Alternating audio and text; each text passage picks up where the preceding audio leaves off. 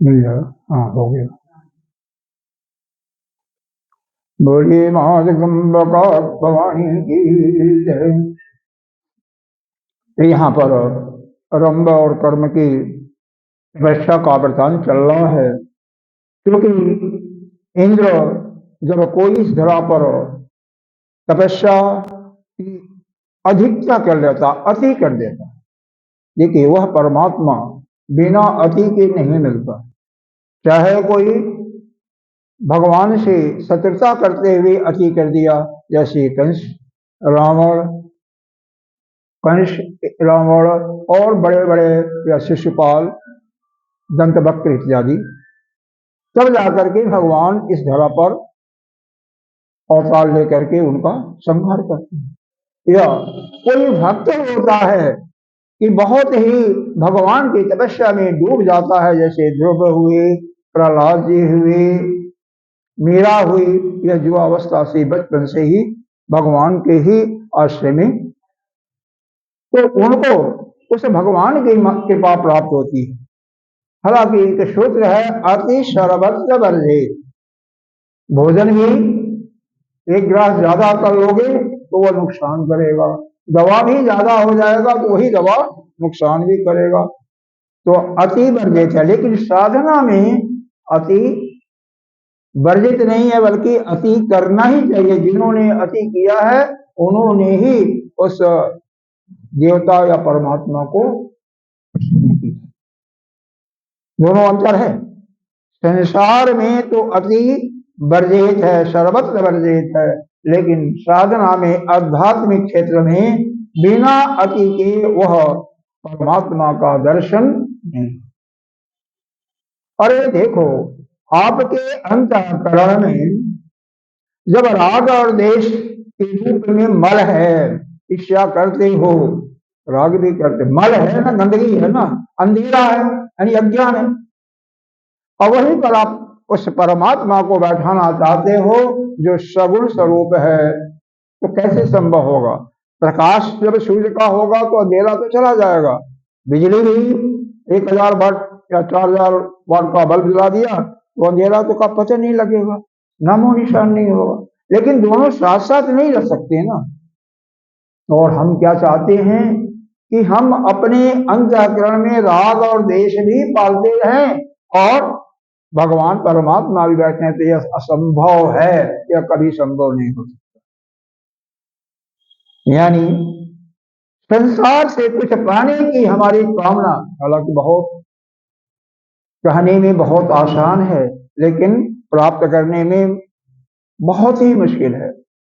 लेकिन सबकी इच्छा यही होती है कि संसार में भी मैं ठीक ठाक रहूं, हमारा व्यवहार भी ठीक ठाक चले, यानी जो हमारी कामना है, वासनाएं, इच्छाएं हैं, वो सब भी पूर्ण हो। और साथ साथ क्या हो, हम उस परमात्मा का परम पद जो है उसको भी प्राप्त कर लो, यानी पुनः जन्म मरण के चक्कर से छोड़ करके हम मोक्ष को। लेकिन यह याद रखो बंधुओं, यह कभी भी संभव नहीं है। इसीलिए आंशिक समय नहीं, थोड़ा समय नहीं, जो पूर्ण समय देगा वही इस विधा को प्राप्त करेगा, जो कि कथा के माध्यम से, पुराण के माध्यम से आपको समझाया जा रहा है। जिन्होंने तपस्या में अति किया उन्हीं को यह मिला। अरे ध्रुव ने जब सांस रोक लिया था, पूरा ब्रह्मांड हिल गया था, फिर देवताओं की को प्रार्थना करनी पड़ी और परमात्मा स्वयं नारायण आकर के उसको वरदान दे। यहां भी ऐसे ही हुआ। इंद्र पहले स्वतः ही स्वयं पानी में मगरमच्छ बन करके आ जाता है और रंभ को तो वह मारना, खत्म कर दिया उसको। अब अरे कर्म को खत्म कर दिया, रंभ बचा।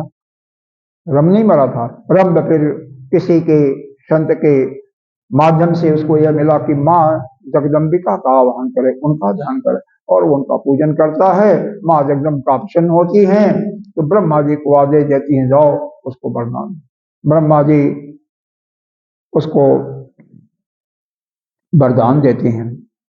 अमरत्व का तो नहीं देते हैं, लेकिन क्योंकि अमरत्व का तो वरदान वो खुद ही भी अमर नहीं है। देखो जो जिसके पास जितना चीज रहता है ना उतना ही किसी को दे सकता है। अगर मान लीजिए आपके पास 1 लाख रुपया है तो किसी को देना होगा तो अधिकतम 1 लाख दोगे ना, नहीं सोचोगे 50,000 अपने लिए रखें।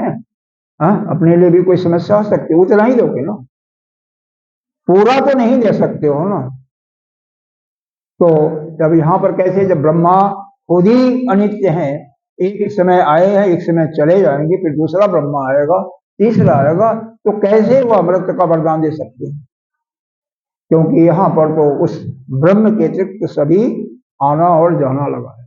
सीधी सी बात है, जो हमारे दृष्टि से दिखाई दे रहा है, जिसको हम मान रहे हैं कि ये मुख है, वह जाने वाला है, सीधा सा है। वह परमात्मा आप नहीं देख रहे हो, उसको, उस ब्रह्म को नहीं देख पा रहे हो, उसके फोटो को देख रहे हो ना। उसको केवल अनुभव ही कर सकते, क्योंकि उसका तो कोई आकार ही नहीं है, गुण ही नहीं है, निर्गुण निराकार स्वरूप आपके अंदर ही विराजमान है, लेकिन वह केवल ध्यान की गहराई में जाकर के आप उसका अनुभव कर सकते हो। वैसे तो वह आपके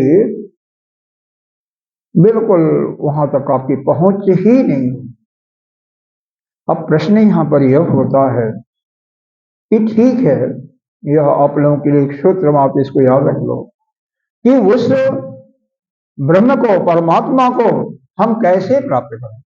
भाई हमारे अंदर राग देश तो है ना, मल तो है, गंदगी है ना, तो गंदगी को साफ करें या उस सगुण साकार, लेकिन गंदगी भी कहाँ कर जा पाते हैं। गंदगी का हटाना, राग देश का हटाना सभी जानते होंगे, ज्यादा लोग जानते होंगे। जब तक हमारे अंतःकरण में किसी चीज के भोगने की इच्छा रहेगी, यानी वासना रहेगी, तब तक हमें उस परम पद की प्राप्ति या मोक्ष की प्राप्ति नहीं हो सकती। चाहे वह खाने की हो, अच्छे मकान की हो, अच्छे पुत्र प्राप्ति, कोई भी वासना लेश मात्र में रहेगी, तब तक वह प्राप्त नहीं। और जिसके अंदर किसी से प्रेम, यह मनुष्य का, मानव मात्र का स्वभाव है, जीव का भी स्वभाव है। किसी के साथ रहे हो, उसकी सेवा कर रहे हो, तो उसका प्रेम ऑटोमेटिक स्वभाव होता, आपका आत्मीयता बढ़ जाएगा। किसी जानवर अगर आपके पास रहता है ना, आपने जंगलों में सुना है, पहाड़ों में क्या सुना है आपने? सुना होगा कि वहां पर बड़े बड़े ऋषि तपस्या करते हैं, संत तपस्या करते हैं, और उनके साथ में शेर भी आकर के वहां बैठता है। सिद्ध पुरुष आप लोग कहते हैं, लेकिन सिद्ध पुरुष की तो बात छोड़िए, यह कैसे होता है? एक अहिंसक जो होता है ना, उसके बाद जब हिंसक आएगा, उसकी हिंसा अपने आप ही समाप्त हो जाए, और वह जब आप उसको प्रेम करें तो ऑटोमेटिक वह प्रेम करने लगेगा। यह प्रकृति का नियम है, इसमें कुछ कोई सूत्र भी नहीं है। आप अपने दुश्मन से मन के अंतःकरण से उससे प्रेम करते रहो, उसके हित की बात सोचते रहो, उसके प्रति इष्टा भूल करके भी जाए, तो वह क्या करेगा कि वह भी आपका ही बन जाएगा, वह भी आपका मित्र बन जाएगा। कुछ नहीं है, यह अदला बदले है। जैसे कल बताया गया था, देवताओं के लिए आप करोगे तो देवता आपके लिए करेंगे, उस समय पर बारिश देंगे, शुद्ध ऑक्सीजन देंगे इत्यादि। अब कर्म के अंदर जब ऐसी प्रतिज्ञा हो जाती है कि मैं तो अमृत होकर के, क्योंकि इंद्र ने मारा है, तो इंद्र या सारे देवताओं को मैं वध करूंगा। तो ब्रह्मा जी ने कहते यह तो संभव नहीं है, और कुछ मांगो तो बाद में मांगता कि केवल मैं स्त्री को छोड़ करके किसी से न मांगू। उन्होंने कहा यो मस्त, क्योंकि वह जानता तो है कि स्त्री मेरा क्या कर सकती है। स्त्री तो लोग अबला कहते हैं, लेकिन अबला नहीं है। अभी आपने कभी शायद बताया गया था कि ब्रह्मा विश्व महेश, उनकी शक्ति कहां से आई है? बिना स्त्री से नहीं आई है। मां जगदम्बिका ने ही तीनों को, सरस्वती, लक्ष्मी और क्या प्रदान किया? शिव को काली, महाकाली, और उन्हीं के शक्ति के माध्यम से महेश यानी शिव सृष्टि का संहार करते हैं, लक्ष्मी के सृष्टि से भगवान पालन करते हैं नारायण, और ब्रह्मा जी सरस्वती के ही शक्ति से सृष्टि का सृजन करते हैं। शक्ति तो वहां पर है और हम क्या कहते हैं, अबला है। अबला नहीं है, यह हमारी बहुत ही बड़ी भूल है। यहां तक कि हमारे शास्त्रों में, स्मृतियों ने लिखा है कि जहां नारी की नहीं पूजा होती है वहां लक्ष्मी कभी नहीं लगती, वह वहां पर दरिद्रता का ही वास करेगा। और जहां लक्ष्मी का यानी स्त्री की पूजा होती है वहां पर स्वयं नारायण भी वास करते हैं, लक्ष्मी जी तो वास करती है। अब देख लो आप, अधिकांश यह घर घर का रोना है। मेरे ख्याल से 90% भी मैं कहें तो कोई अतिशयोक्ति नहीं है कि पति पत्नी की उतना सम्मान नहीं देता है जितना देना चाहिए। पढ़े लिखे दोनों हैं, दोनों आपस में झगड़ते रहेंगे। पत्नी अगर पढ़ी नहीं है उतनी तो उसको क्या बनाएंगे, नौकरानी बना करके रखते हैं, है हमेशा उसको ताड़ना ही देते रहते हैं। इसीलिए कभी भी वह सुखी नहीं न रह सकते हैं। अब प्रश्न यहां पर हुआ, रंभ की तपस्या से उसको वरदान तो मिल गया, हमारा अंतःकरण मलिन है, हम भगवान को बिठाना चाहते हैं तो इस राग और देश को कैसे बिठाएं। उसके लिए क्योंकि आप मिटा नहीं सकते अपनी वासनाओं को, प्रयत्न करते हुए भी नहीं कर पाते हैं, समाप्त तो क्या है, सीधा साधा है, उस निर्गुण निराकार को भूल जाओ, आप उसके सगुण साकार किसी स्वरूप की सेवा करो। देखो यही होता है, जितने भी मनुष्य हैं सबके अंदर ये भावना होती है कि सेवा करना, बल्कि जीव के ही कर्म करना। पशु भी हैं और जिन भी कुछ न कुछ कार्य करते रहते हैं, तो कर्म करना सभी चाहते हैं कि मैं कर्म करता रहूं। तो जहां पर कर्म करने की प्रवृत्ति है उसको किस में बदल दो, सेवा में बदल दो। और किसकी सेवा करो, वह अपने सगुण साकार जो है, जो आराध्य है, शिव जी हैं। सगुण साकार के रूप में क्या है, कर्पूर गौरम करुणावतारम संसार सारम भुजगेंद्रहारम। उनके रूप का, उनके लवण का करो। निर्गुण निराकार का करना है तो वो जिस पर आप जल देते हो, लेकिन कैसा सेवा करो, जो उनको प्रिय है। शिव जी को सफेद चीजें प्रिय हैं, मदार का फूल है, भस्म है, कोई भी सफेद दूध है, जल भी चढ़ाओ तो उसको सफेद करके दूध डाल करके जिस सफेद हो। और वहीं पर माँ जगदम्बिका हो, पार्वती जी हो, तो उनको सफेद नहीं प्रिय है। उनकी पूजा करने चाहो तो आपके थाली में, बाजार में क्या होना चाहिए, अड़हुल का फूल हो, लाल हो, सिंदूर हो, लाल कपड़ा हो। बाकी को नहीं, भोजन भी दो तो उनको अभी लाल चाहिए। क्या बनाते हो नवरात्रि में, पूरी और हलवा। तो गणेश जी को हो तो लड्डू चाहिए, उसके अलावा कुछ नहीं चाहिए। दुर्बा उनको प्रिय है, तो जो जिसको प्रिय है वही चढ़ाओ। और कन्हई हो तो 56 प्रकार की भोग चाहिए, सब कुछ चाहिए उनको। माखन मिश्री, केवल मिश्री से नहीं काम चलेगा, उनको तो सब कुछ चाहिए। एक बार के बजाय 5 बार आप देखते हो मंदिरों में भोग लगता है। कन्हई के मंदिर वृंदावन में जाकर के देख सकते। तो जो आपके आराध्य हैं उनको जो प्रिय है उनकी सेवा करो हर प्रकार से। जहां पर भगवान विराजमान है वहां पर साफ सफाई भी नित्य प्रति होनी चाहिए, ठीक है।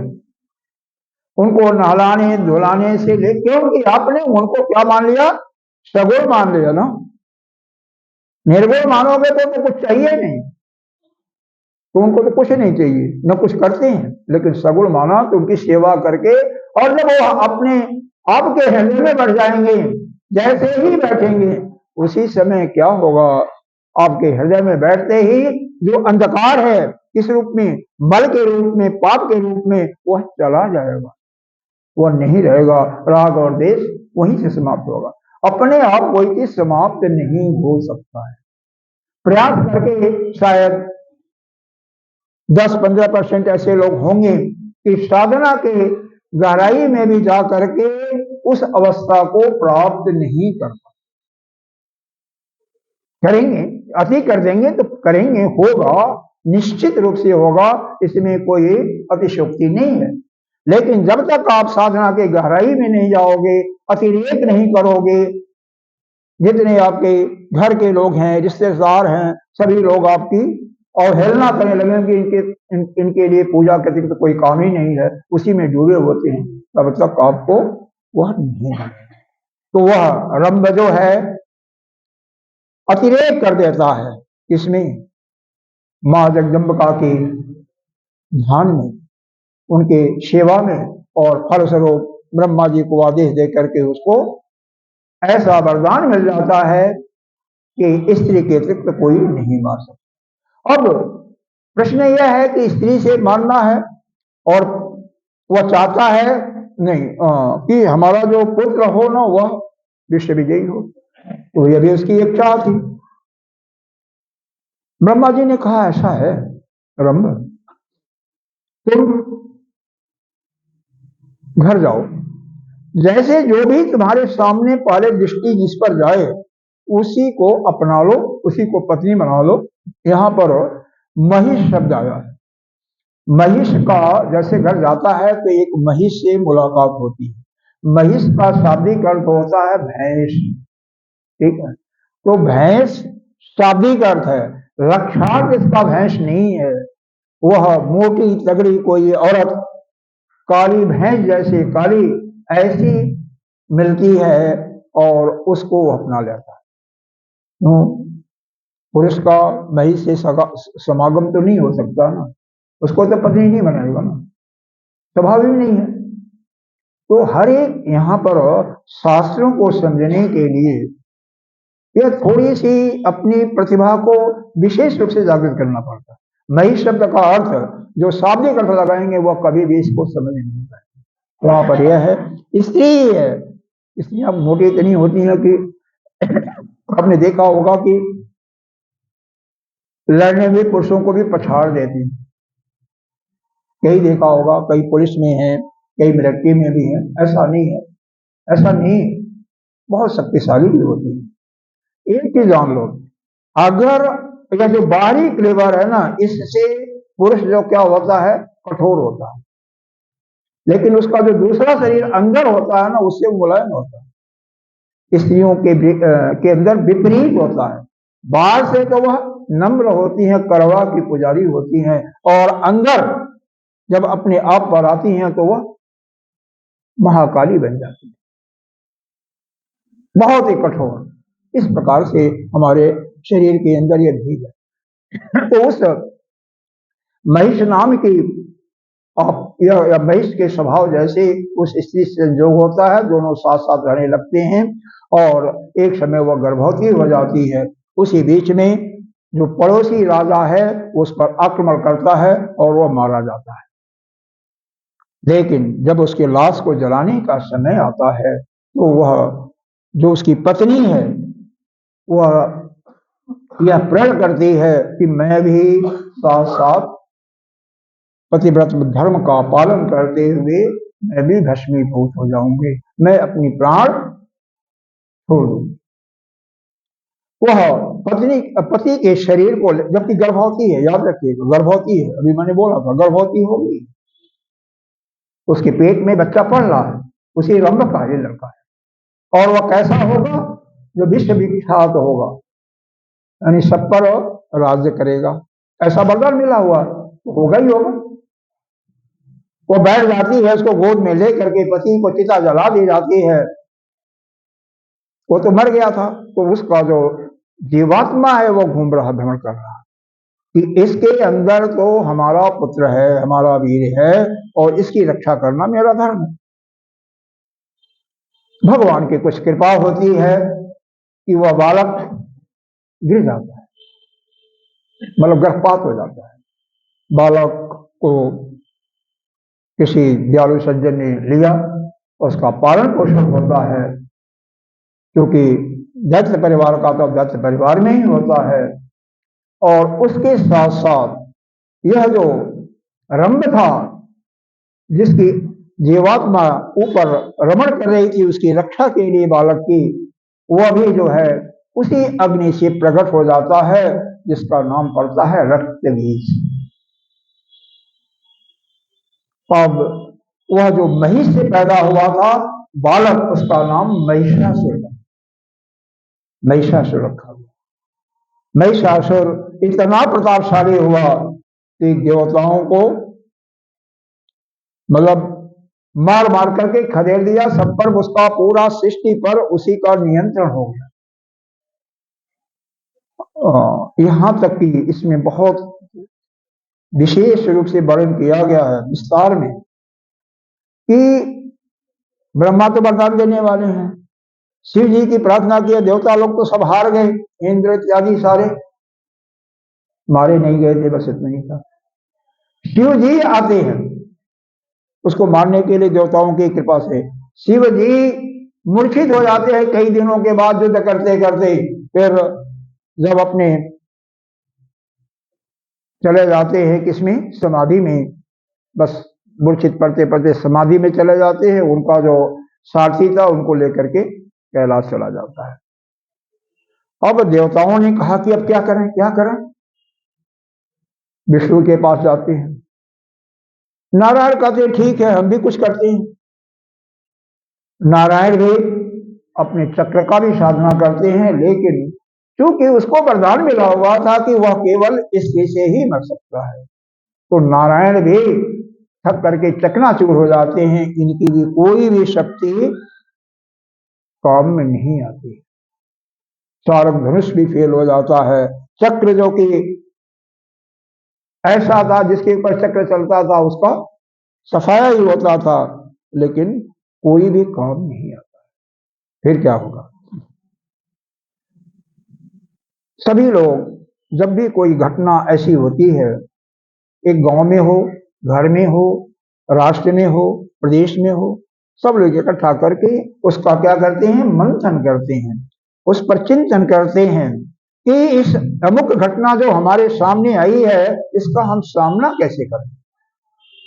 भाई उससे उद्धार तो उड़न तो होना है ना, हमें बचाव तो अपनी करनी है ना, कैसे बचें। तो नारायण ने स्वयं कहा कि अरे भाई आप लोग अलग अलग अकेले अकेले लड़ते हो और फिर परास्त हो जाते हो, यदि हम लोग सामूहिक सभी लोगों की शक्तियां एक साथ काम करें तो निश्चित रूप से वो हार जाएगा। क्यों नहीं ऐसा करते हो, हम सभी लोग मिल करके करें।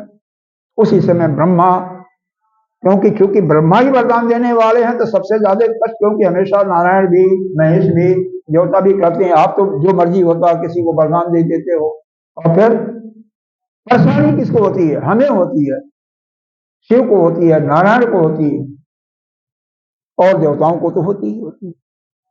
उनके अंदर से एक ज्योति निकलती है और एक आकार का रूप धारण करती है। तो ऐसे देखते देखते विष्णु,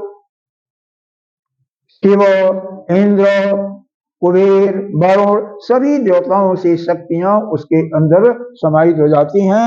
अंत में वह एक स्त्री स्वरूप में धारण कर लेती है, तो चलो स्त्री के रूप में वो बन गई, और वही क्या है, माँ जगदम्बिका, वही माँ जगदम्बिका है। अब माँ जगदम्बिका का यह यहाँ पर माँ जगदम्बिका कैसी हो गई, इनका वर्णन किया गया है। सर्वांग भूषणा नारी सर्वरत्नोपशोभिता न मानुषी न आसुरी सा दिव्य रूपा मनोहरा। सर्वांग भूषणा, उनके सभी अंग नाना प्रकार के भूषणों से युक्त हैं। सर्व रत्नों सभी प्रकार के रत्न से सुशोभित हो रहे हैं। जब न मानुषी, वो मनुष्य भी नहीं है, न असुरी, असुर भी नहीं है, वह दिव्य रूप में मां है। ऐसा वर्णन एक दानों ने ही एक किया था। ऐसी मां, ऐसी जगदम्बिका।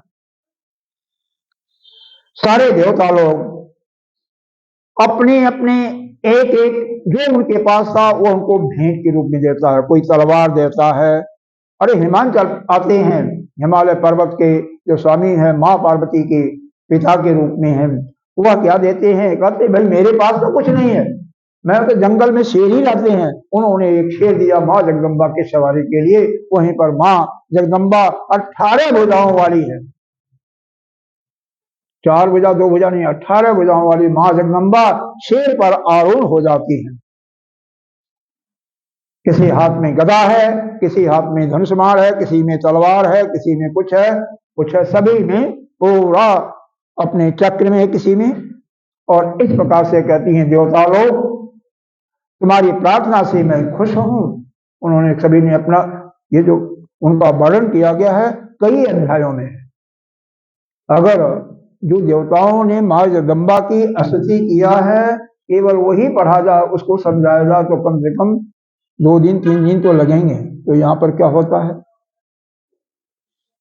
उसको सिर्फ एक शब्द के एक वाक्य के आधार पर उसको समाप्त कर दिया जाता है, क्योंकि 18,000 श्लोकों में वर्णन है। ये वो ना एक राक्षस से युद्ध होता, कैसे माँ जगदम्बिका ने प्रहार किया, कैसे वो असुर ने किया, इसका भी वर्णन कई अध्याय में।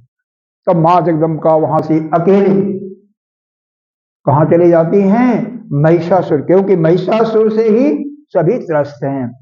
और किसी को यदि माँ जगदम्बिका का अगर पूजा करना है, भक्ति करना है, तो वही सिंह स्वरूप पर जो सवार हैं माँ जगदम्बा, उन्हीं की आराधना करने, उन्हीं को अपने हृदय में बैठाओ।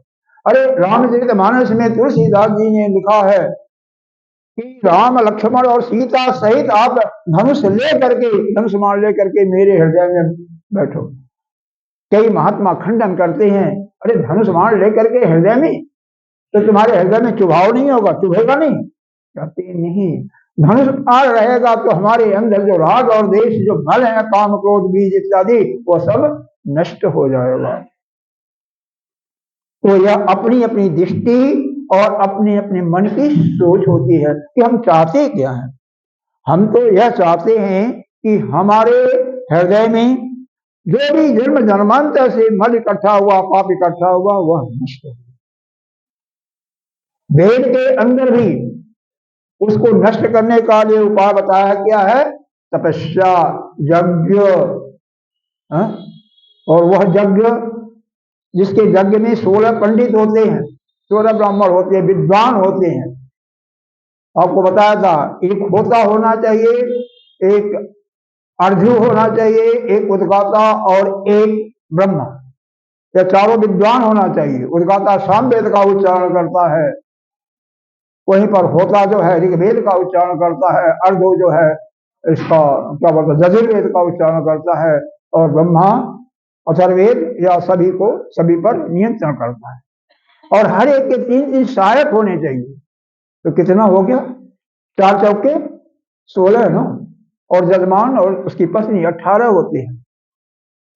तो कितना खर्च होगा भैया, बहुत ज्यादा है ना। वह हमें से संभव नहीं होगा, उसके लिए पर्याप्त बहुत ज्यादा धन भी चाहिए। अब यहीं पर बताया था जगदम्बिका जी के ही माँ देवी भगवती का अगर कोई कामना के साथ अगर करता है तो उसके लिए भी क्या चाहिए, कम से कम 2 पंडित इसका पाठ का मूल पुस्तक का पाठ करें। 2 है कम से कम, जो नवाक्षर मंत्र है माँ का उसका निरंतर जाप करते रहे, ओम ऐं ह्रीं क्लीं चामुंडाई विच्चै। और कम से कम 1 या 2 दुर्गा सप्तशती का पाठ चलता रहे, और एक उनकी कहानियों को सुनाता रहे, कथाओं को सुनाता रहे। इतने जब होंगे तब जाकर के उसकी कामना निश्चित रूप से गारंटी के साथ पूरा होता है। तो ये मुश्किल है ना, तो आसान हो गया ना, पैसा भी न लगे, कहते न लगा फिटकरी कुछ